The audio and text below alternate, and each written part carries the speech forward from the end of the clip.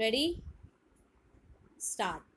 Sir, the budget has been variously described and criticized as one that increases the burden of the common man, one which gives concessions to the rich and encourages foreign investments. I agree, sir, that it is all this and much more. But it certainly is not a highwayman's budget.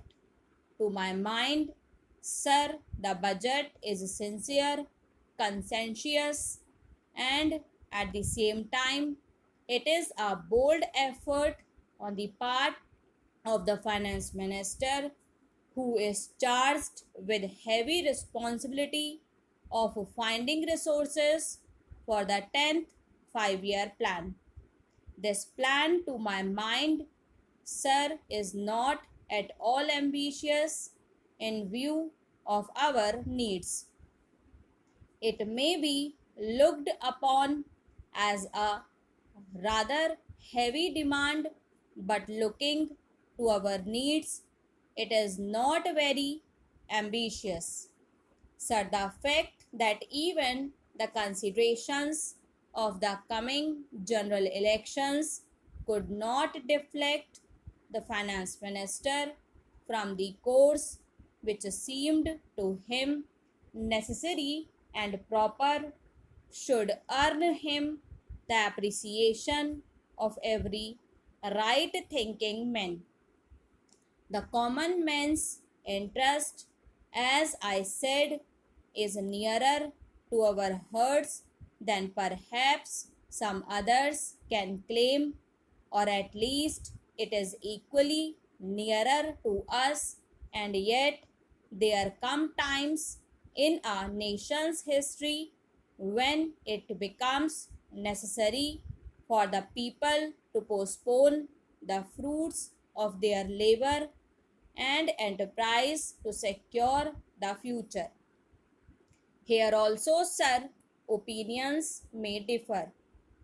According to the Communist Party, such a time came during the last Great War when they were exhorting people, the common people, to contribute their full might to the war effort.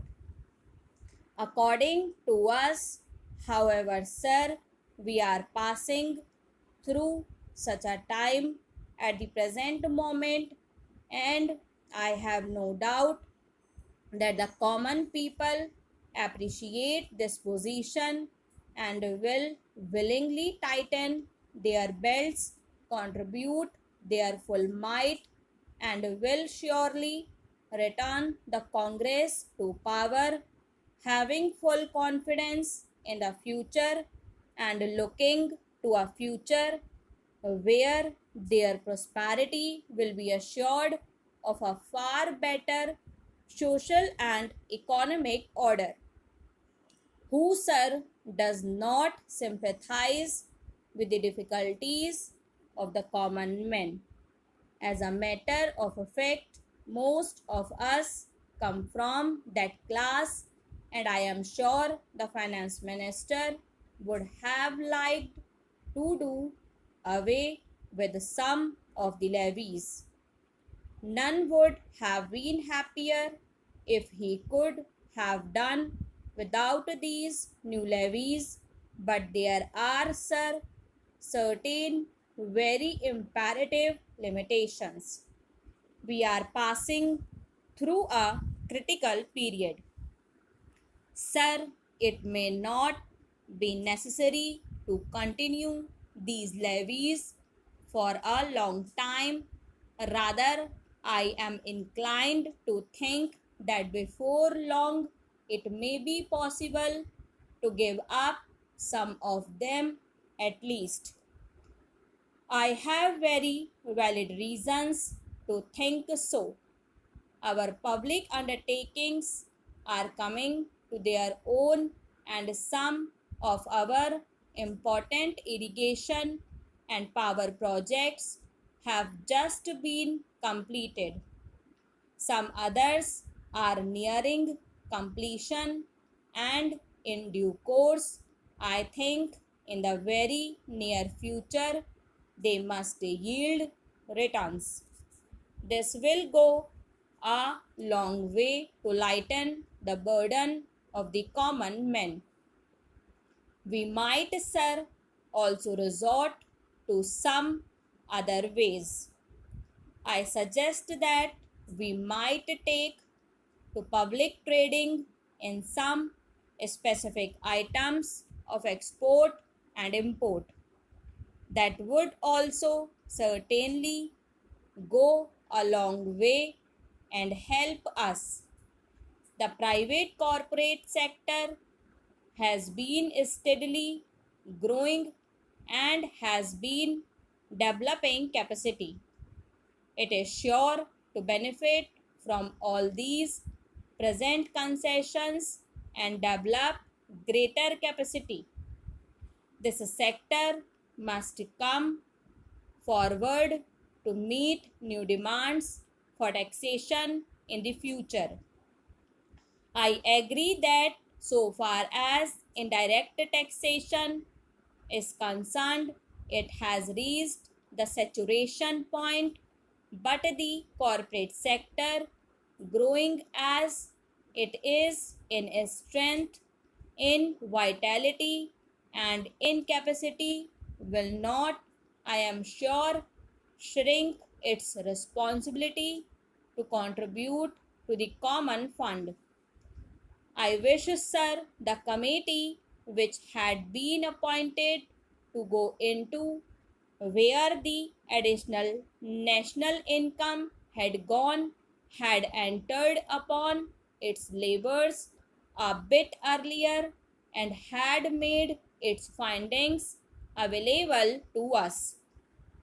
I do not want to state its findings, but I have a feeling that the committee, when it concludes its labors, will come to the conclusion that a major portion of this additional national income has gone into the pockets of a comparatively small number of men, small number of individuals, and it is they who must in future contribute their share to the country's taxation needs, because the profits they have earned are not all due to their own efforts and enterprise only.